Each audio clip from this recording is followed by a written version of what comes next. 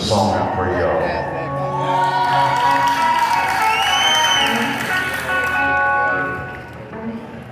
Anyway, we're gonna let Mr. Fingers over here. Brent Flynn, by the way, he plays the guitar upside down. I'll never forget it. We was in Nashville doing what they call a guitar pull. We had some of the folks from Little Texas in there. And he was doing it acoustically. And Toby was standing right there in the front row. He breaks a string, unfortunately. So one of the guys from Little Texas throws him a guitar, and what does he do? He flips it over and plays the strings upside down. And they were just freaking out. But I'm very fortunate to be able to play all over the world, all the United States with my brother, Mr. Brent Flynn. So let's all give it up for him. Yeah, Brent!